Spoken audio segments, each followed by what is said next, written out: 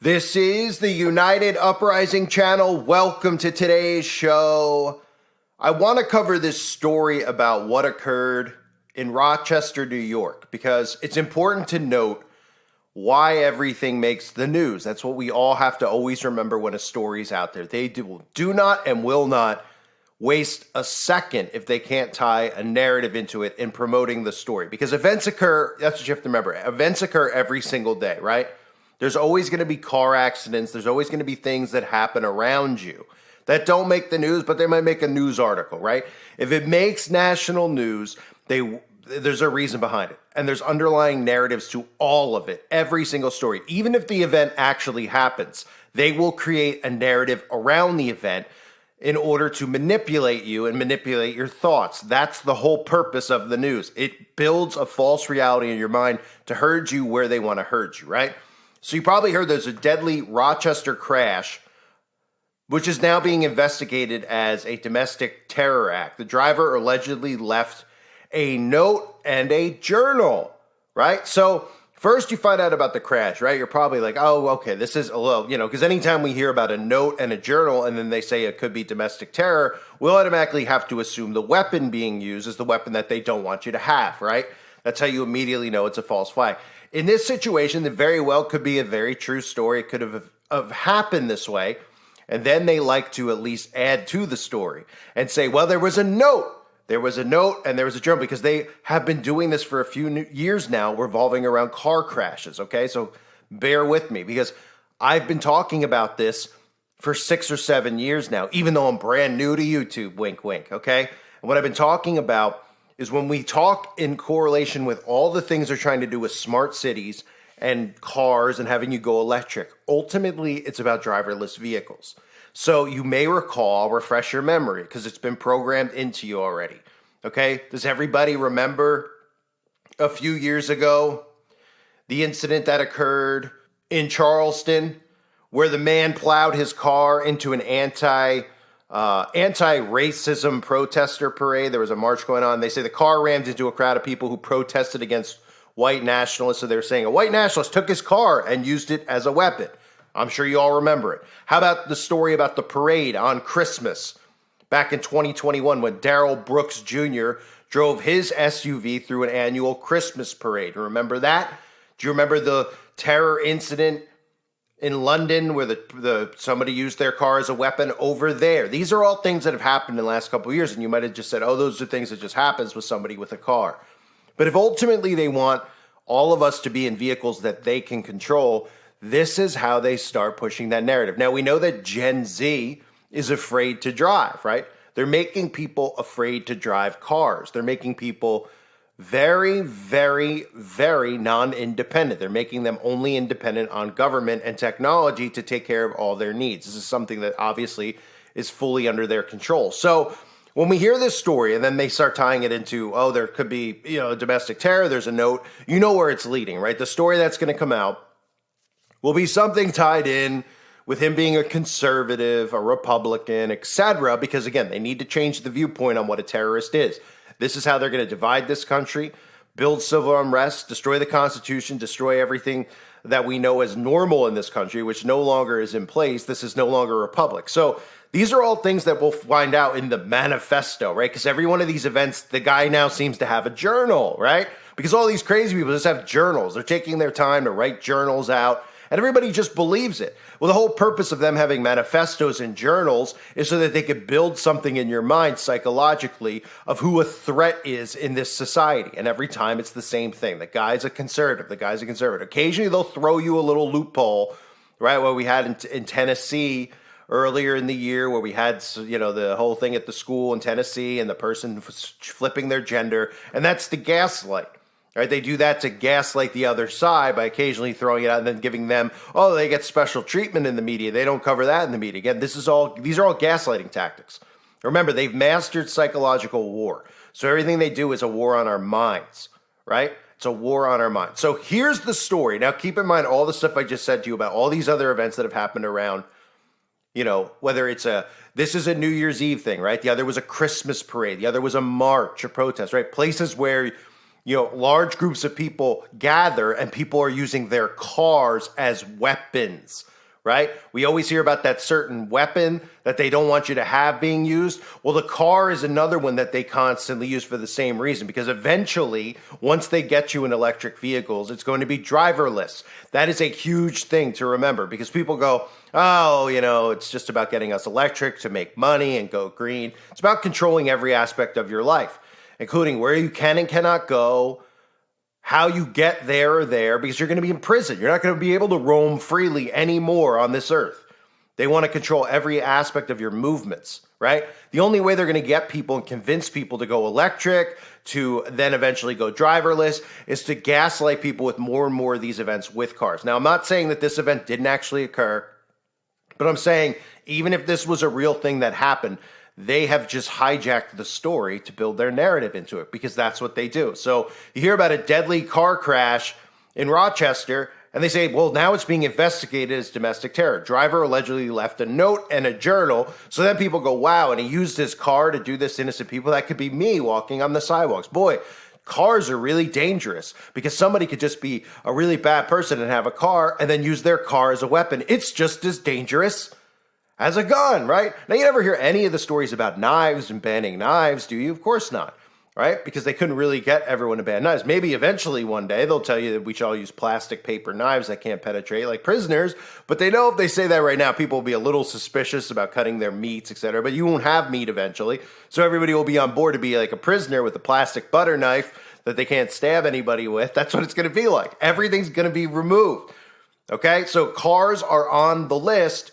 And here's the story about what happened in Rochester if you didn't hear. A deadly crash outside a New Year's concert in Rochester, New York, is being investigated as domestic terror after the suspect allegedly left a note and journal in his hotel room. The suspect has been identified as Michael Avery from Syracuse, might as well be called George Glass or John Doe. And his family has been interviewed by investigators. The FBI's Joint Task Force on Terror is investigating after two vehicles, one laden with gas canisters, crashed and plowed into a crowd outside the concert at the Kodak Center, killing 2 and injuring 5. Revelers were walking on a crosswalk outside the venue around 12:50 a.m. Monday when a Ford SUV slammed into a Mitsubishi Outlander that was leaving a nearby parking lot. Rochester Police Chief David Smith said at a news conference Monday the force of the crash sent the vehicles through a group of pedestrians who were on the crosswalk. 2 passengers in the Mitsubishi were killed, and the driver was taken to a hospital with non-life-threatening injuries. The Ford driver was also hospitalized. Then it goes on to say at least a dozen gasoline canisters were found. The crash ignited a fire that took firefighters nearly an hour to extinguish. Once the flames were out, first responders found at least a dozen gasoline canisters in and around the striking vehicle. Based on the danger level associated with these, the Rochester Police Department, Bomb Squad, and the Joint Arson Task Force responded. So that's where you start hearing this, right? This narrative start to change. Okay, so then you go, oh, a guy crashed into a crowd. Maybe it was a drunk driver. Maybe he was texting and driving, which is like the most dangerous thing on earth these days. But that's where your brain goes first, right? So this could have naturally occurred, and it could have taken them a matter of 12 hours to say, hey, they have a list, okay, of things that if they could check it off, they could take the story, make it a national story, and then plant seeds in your head about what change needs to occur. So what does this story do when you hear it, right? If you heard it, like if you drive on the highway and you see a car crash, you probably just look and don't think anything more about it as you go about your day, right? But when it's pumped into your head through the media, then you start to go, okay, wow, these people were just at a concert. I love to go to concerts. I always go to concerts. Okay, I was just walking they were just walking, you'll hear the stories of the victims, etc. Oh, they were just walking on the sidewalk with their family member. They just had a newborn at home and they went out for the night to go celebrate the new year.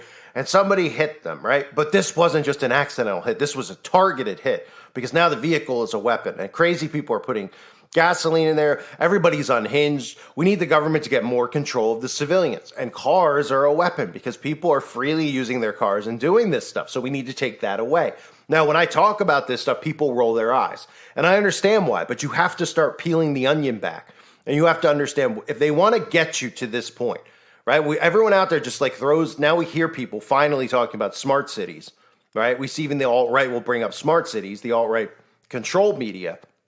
They never talk about how they can get civilians on board with these ideas, right? They have to create false flags psychologically to make people want to go to that. So there's a lot of things that have to occur. But you never hear about how they could start taking away, not just going from gas to electric to driverless. Because the whole purpose is for us to live outside of an actual cell with bars on it that we envision in our heads, but to live in this society as it is, imprisoned. So you won't have any free range. You will not have free range of motion. You will not be able to get in a car and go drive and see your uncle in Idaho. You will not have that opportunity. You will be completely it will be off the board of ideas or notions or possibilities. Okay. And they want control of every aspect. So a story like this could really occur, and they take the story and then they start putting a narrative around it. Because everybody who hears this story, they hear domestic terror, they're like, okay, what's going on here? Oh, he put gasoline in his car. He used his car as a weapon and he killed all these pedestrians walking the street. Well, that's not safe. What if some crazy white nationalist gets their car and they go to some event where there's all liberals there and they start crashing their cars, right? This will get more, because the liberals are the ones being targeted for the smart cities, because they know conservatives won't. Conservatives are going to be targeted in different ways and herded in different ways. Like I've been talking about, getting conservatives into red states that are going to get drilled with all sorts of things, weaponized weather, potential World War III with the red states. Whereas the blue slave states, once you go in these states and commit to these states and smart cities, you never get out. Okay, they're going to be just your prison for the rest of your life. And they've shown us predictive programming in so many movies with domes and these people being locked in and wondering what the outside world is like.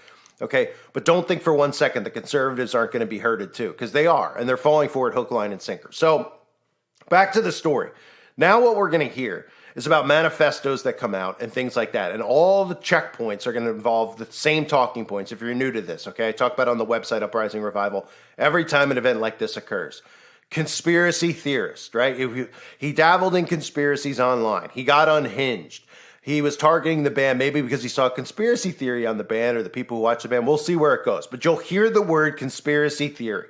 You will hear it because they're doing their best, which is this is not going to stop, to plant seeds and make everybody out there think that people who once were called conspiracy theorists that people would laugh at and roll their eyes as if they're now a terror threat. And this is eventually to imprison us, to do all sorts of things with us unless we actually give in and change the way that we think, which we will not do. I will not personally do. And that's what they have to build in everyone's minds, that we're dangerous threats, right? This is how you start getting your communist, globalist government in place, is having the civilians prop up the government higher than they prop up their own family. And that's what you see. That's what people never talk about with the Democrats. The party can do no wrong. Doesn't matter what comes out about the party. Doesn't matter about collusion, treason, all sorts of disgusting acts. That's why Biden's the perfect person to set this precedent, because we've seen all the creepy, gross stuff that he's done, groping, diaries of his daughter coming out. It's all done by design. It's done by design so that these people there's nothing that they'll be able to hear that will make them so disgusted with their party that they'd abandon the party. Nothing, because we've already seen so many disgusting, disturbing things. The government pretty much saying, we'll do whatever we want.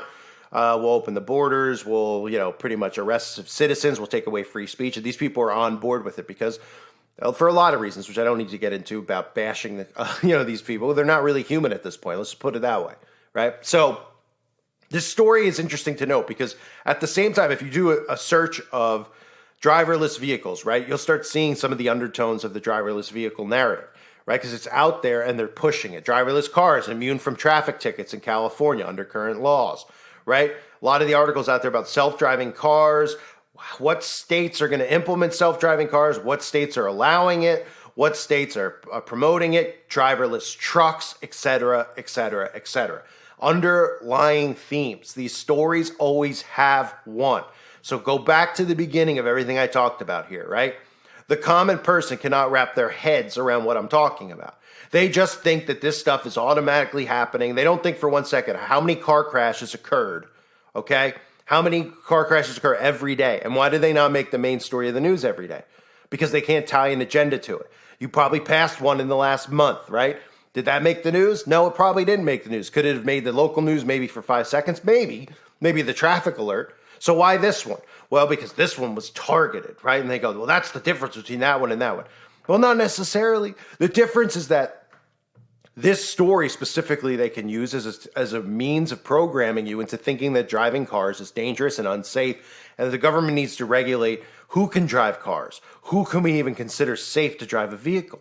This person has dangerous ideologies. The car they could use as a weapon. I could be walking the streets with my family and I could get run over in a city. Well, guess what? In a city, you won't have people driving cars anymore because it'll all be connected via technology with, what do they call it? What is the World Economic call? They're, pretty much their global governance of technology. They're artificial intelligence-based cities. And that's, there are people have no independent freedoms inside of these. They're under full control. It's full on, it's not even slavery. It's full on, it's slavery of the mind, the flesh, everything. It's full on total control. There's more freedom, believe it or not, in an actual prison cell than there would be here. Because even in the prison cell, a guy could do something to someone else. They can get in a fight. You ain't going to be able to do nothing without being regulated in these smart cities and in this new society they're trying to create. So when I saw the story, it just reminded me of all these other ones I've covered, right? So just think to yourself, because you probably hear it and you go, oh, okay, it's probably a real thing.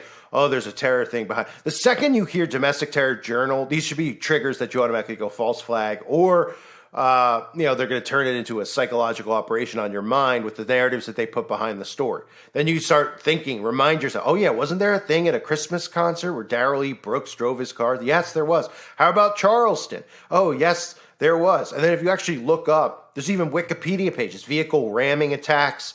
Okay, they want this stuff out there. The terror incident in London where the car crashed near Parliament, cars with bombs, using cars as weapons because they eventually have to remove the car. How else are they going to get people to give up their freedoms of driving a car unless they psychologically convince you that cars are dangerous, that human beings freely driving them is dangerous because they have dangerous political ideologies and they need to be stopped and contained? That's what this stuff is all about. And every single story has a narrative under it. Whether you want to believe it or not, it's the truth.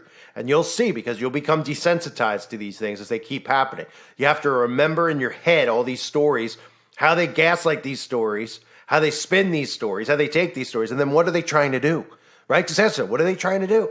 Well, if you understand how smart cities work and global governance works, you ain't driving a car. And it's a slow transition, because once you give up gas and you go to electric, right, you start giving up your freedoms because you can't go cross country.